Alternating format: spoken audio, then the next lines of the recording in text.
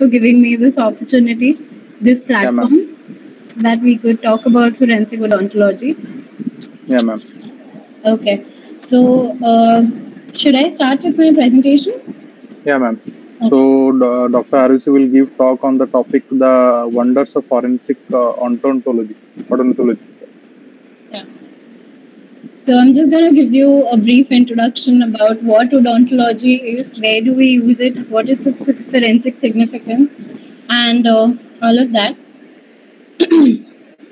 I hope my screen is visible. Yeah, ma'am. It came now. It is on the screen. Okay. No, ma'am. It's closed again. I'll just check on it. Yeah, ma'am. It came. Okay. It is visible on the screen. Thank you so much. So, talking about the wonders of forensic odontology, I am Dr. Arushi Chawla. I'm working at the Department of Forensic Science, Parul University in Baroda, currently in India, as well as I'm the chair of Forensic Science, Odontology and Cognitive Technologies in Toronto Forensic Institute, which is situated currently in Toronto. So, talking about what forensic science and forensic odontology is, I don't know if you people are aware about it or not. That forensic science is actually when you try to apply, this is the application of science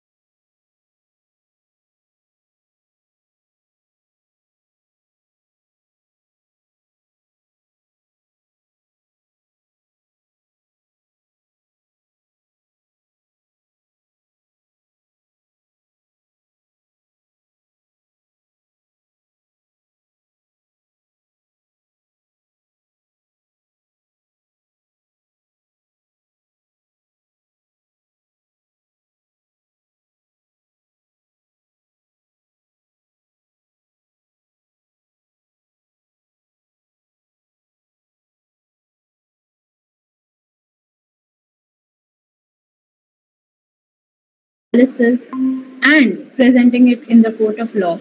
All these steps, when come together, is then when we form forensic odontology.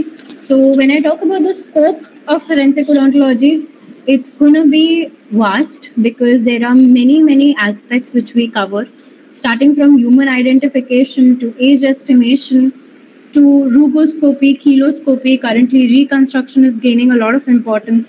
So, we've been known in every areas, and the reason why it's getting increased is because people are understanding the importance of teeth, and it is considered to be one of the most durable evidences by date. So the question comes that, in forensic science, why do you require teeth for the analysis? So there's a simple answer to it. The teeth are hard because of enamel being one of the hardest material present inside the body. It's going to be easier to do the analysis, and this kind of evidence can be preserved for a very long time. So that is why they consider teeth, and I'm going to show you certain conditions. Even in the extreme environmental conditions, there have been cases. The well-known Dharwad case, which the one which was handled by the Dharwad Dental College, which was in the Anigiri district, which found around they found when they were doing the drainage, because there were flash floods during that time, and there was this drainage work going on. It was at that time they found around 528 skulls from every age group, and they were, the analysis. They came to know that what exactly happened in that area. The entire scene was reconstructed because of the teeth. A forensic odontologist named Dr. Ashit Acharya was the one who was working on. He was the pioneer of forensic odontology in India. He was the one who was handling this case, and it was nobody in the world, even the best anthropologists, were not ready to touch it because the skulls were so brittle. But teeth gave us a lot of information, and because of that, we could resolve the case well.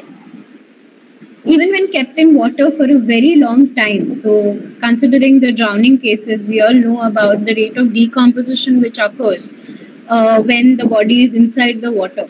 So, we see very negligible morphological changes or histological changes happening in the teeth. Even in drowning cases. So that's why even if we consider a drowning case, it's going to give us a lot of information.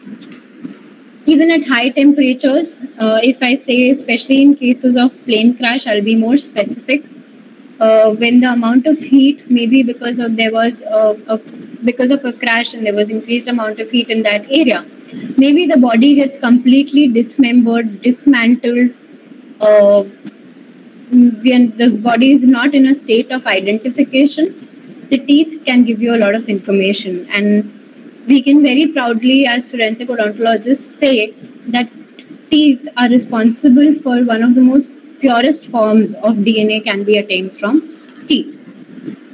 So I said that human identification is going to be one of the most important scope of forensic odontology. We see usually the methods for human identification is divided into two. We have personal identification and non-metric dental traits being currently which is being used. For personal identification, we usually use clothes and tattoos. Tattoos these days are gaining a lot of importance. Forensic scientists around the world have said that tattoos give a lot of information regarding a person's identity. So maybe sooner or later we will all have tattoos of some kind, maybe. So fingerprints, DNA analysis, but all these, especially if I talk about DNA, whenever we hear these forensic files or any kind of TV shows, the first thing is extract DNA. It's not that easy. Ask a forensic scientist to extract DNA. That's the most difficult job because you may end up contaminating the sample. You have to take utmost precautions. It requires specificity. It requires a certain kind of environment. It requires instrumentation. So it's not that easy to extract DNA. So that's why we go ahead with non-metric dental traits. Now, why non-metric dental traits? I'll tell you is because the teeth, we have 32 teeth in our oral cavity. All of us, if we consider the uniqueness of this dentition, is that even if you bring together all the 32 teeth, some restored, some intact, some decayed, some artificial, if you get all of these things together and you try to code them, we can have a more than 3.2 into 10 raised to power 19 combination. So imagine the uniqueness we can get out of these 32 teeth in any form. So every individual is extremely unique when it comes to dentition, and these dental traits help you a lot with identification. There are certain dental traits which will be possessed with only a specific kind of population. So if I talk about shoveling or cusp of carabali, these are very common. The cusp of carabali it's an extra accessory cusp which is present in the mandibular molars. So if we see that, we can easily say that the person belongs to a European race, because European populations have more possibilities of having a cusp of carabali. Shoveling, like a shovel-shaped incisors, are very commonly seen in cases of African populations. So we've seen such kind of traits, and these traits are very helpful in especially narrowing down the population in case we come across extremely dismembered and non-identifiable bodies. Like I said, Fellingham and his co-workers actually have calculated that there are more than 1.8 into 10 raised to power 19 possible combinations which can happen for the 32 teeth being intact, decayed, missing, or restored. So imagine the amount of uniqueness we possess because of these 32 teeth. So we are extremely unique. When it comes to human identification being done through the teeth, we've divided it into two types: postmortem dental profiling and comparative dental identification. Postmortem dental profiling is usually at the time, suppose we are in a DVI setting, there has been a disaster which has happened, and in that we have teams, we have DVI teams. We have three kinds of teams working in that area. One will be a rescue team, four actually to be very specific. Then we have postmortem team, antemortem team, and reconsolidation teams. So these postmortem teams have something known as postmortem dental team, antemortem dental team, and reconsolidation dental team. So postmortem dental profiling is usually conducted by the postmortem. At the time of postmortem when it's done in the DVI setting, and what we do is we have something known as an Interpol DVI form, which is pink in color. We try to note down specific characters. Suppose if you have to ask me, so I have a tooth, like my left mandibular lateral incisor. It's slightly lingually placed. So all of us, even if I ask you, the 9 or 10 of us here, will have a specific teeth which will be a little out of place. And if not, then you will have a specific characteristic inside. So you note down these things in the dental status of human remains, like you see it in the pink form. We have two different kinds of forms. One is a pink form and the other is a yellow form. So we fill it accordingly. The pink form is being filled by the postmortem team. Antemortem team tries to collect information from the family members, from the dentist, in order to establish the identity. Now, forensic odontology will always work in coordination with the humanitarian forensic. It's an upcoming branch where they believe that even the dead should be respected. There should be massive respect given to the dead. We also have reconstructive dental profiling. There are times when even we will, because of, enamel is hard, but at the same time it is brittle. So there are times when, because of excessive heat or maybe emulsive or tremendous amount of pressure, you would see that the tooth has been broken into pieces. So we have experts currently even working on the procedures of reconstructing this entire tooth. It can be actually reconstructed using the various kind of dental cements we currently use in dentistry. You can reconstruct the entire tooth and then move forward with the profiling. This is possible manually and even through different kinds of software. And this technique will also be used, you can get the technical details of DNA analysis also after you reconstruct the entire tooth. So I've already told you about this case, the Anigeri district, the 600 skulls being identified because of the teeth. This was one of the most breakthrough cases which happened in India. The first case of human identification was actually of Lolia Paulina. She was the one who was identified by a rival, by the person who wanted her to be killed, because she was supposed to marry a prince, and because she had a supernumerary canine on the right side. The Roman kingdom back in that time believed that people who have an extra canine, especially on the right side, are considered to be very lucky. So they wanted their son to marry this girl, but somehow her sister did not like this, and she got her killed. She asked the soldier to be able to identify her, because it was miles away. It was literally miles away. So the body would have been decomposed by the time he would get the head back. So she was identified because she had that extra canine on her right side. Even if the body was decomposed completely, she was being identified because of that. Another important scope of forensic odontology is age estimation. We've been hearing about age estimation for a very long time now, that teeth can be used for estimating the age. This is not something new I'm saying.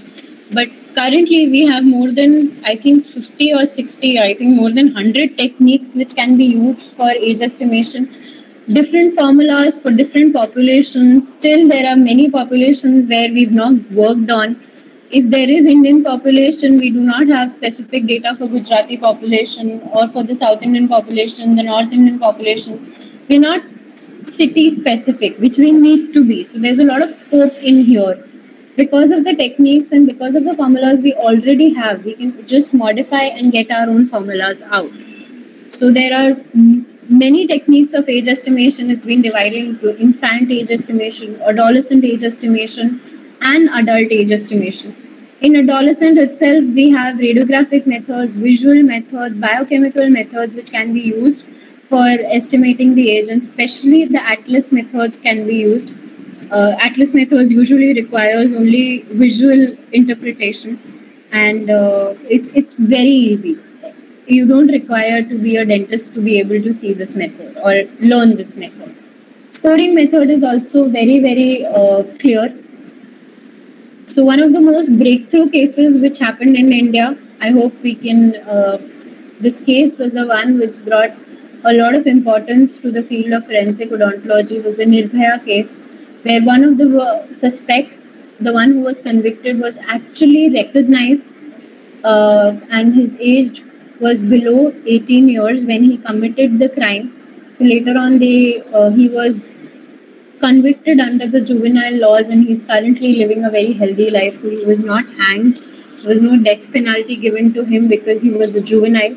Maybe he was responsible for giving the victim one of the wounds which was considered to be heinous to her, as well as was responsible for her death.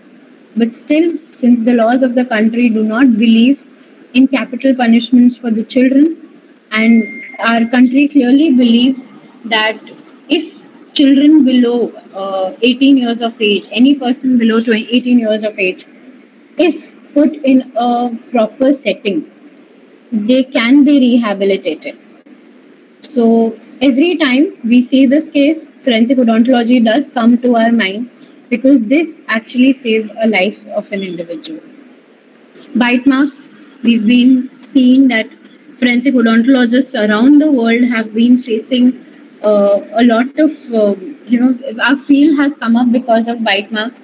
And one of the most important cases was the Ted Bundy case, which I'm going to discuss about very soon. So bite marks are nothing. They're just like a patterned injury, which will have these arches, the U-shaped arches, which will be separated at their base. But at the same time, they will have abrasions, contusions, lacerations.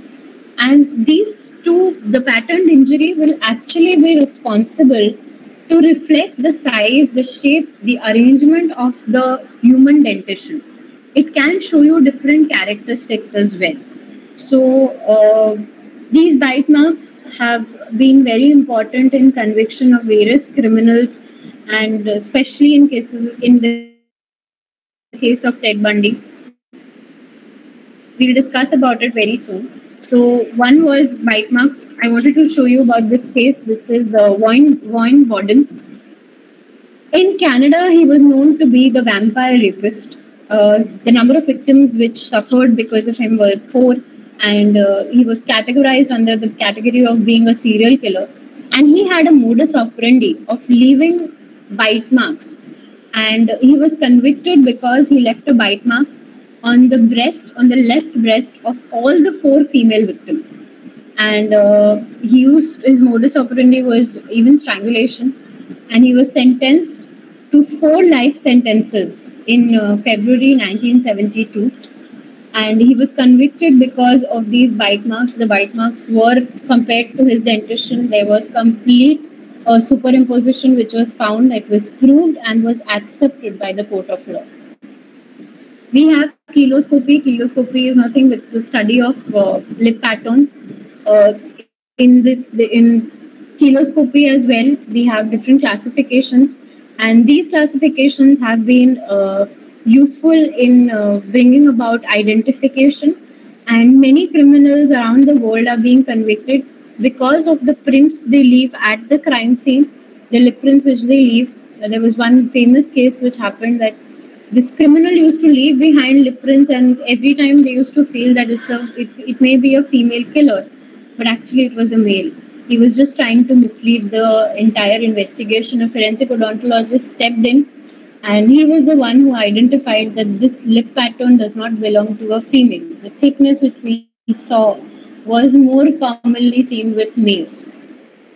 Rugoscopy is when you do the identification based on the palatal rugae. The rugae are these, there are irregular lines which are present on the anterior part of your palate. If you try to move your tongue up, you'll be able to feel the presence of the palatal rugae. Even these rugae, if they come together, from the total number of rugae to the number of, when you try to measure the length, the shape, the direction, the unifaction, all these things, when they come together, also make an individual unique. So these parameters can also be used. They are brought together into something known as an integrated rugoscopy chart. And when they're brought together, it does make an individual very, very unique. So if I talk about the wonders of forensic odontology, as the topic suggests, forensic odontology was used in the identification of more than 80% of victims who suffered from the World Trade Center attack. 9/11 attacks, which had destroyed the Twin Towers. 80% of the victims, they were identified because of their teeth, and there was a huge impact. The bodies were dismembered. Identification of even males and females was not possible. The bodies were they were burned. They couldn't be identified. Some of them were even skeletonized by the time they were brought out.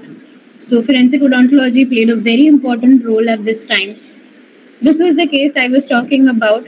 One case which had shook the entire law, the judicial system, and the entire forensic fraternity was the case of Ted Bundy, Theodore Robert Bundy. He was known for, he had actually confessed that there were 30 sex killings, but the police and other people assumed that there were more than 60. But of course, he convicted 30. He was convicted for 4 of them. There were 3 death sentences which were given to him for murder with first-degree murders. And he was also the primary evidence in this case was a bite mark that he left on the right nipple and the left buttock.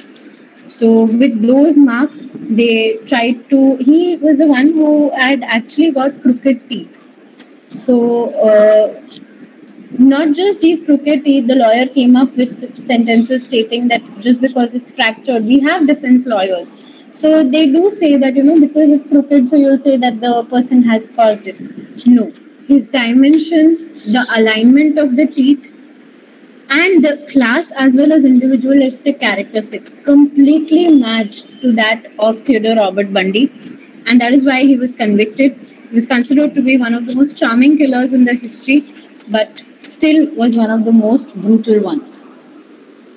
We also have Sheena Bora's case where the entire reconstruction was done. Her body was found completely skeletonized. Identification is not possible.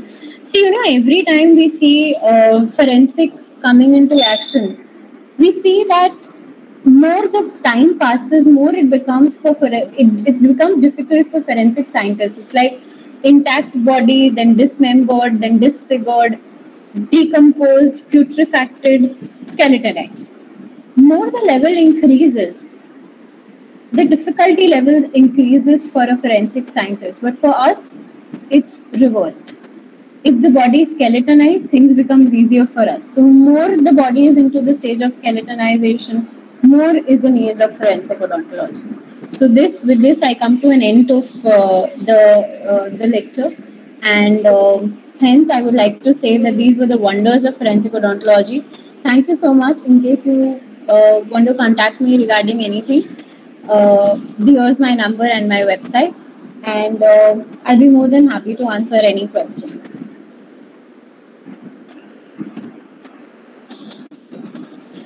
So thank you, Dr. Arushi. Your presentation is very nice and very informative, and we know and we love to hear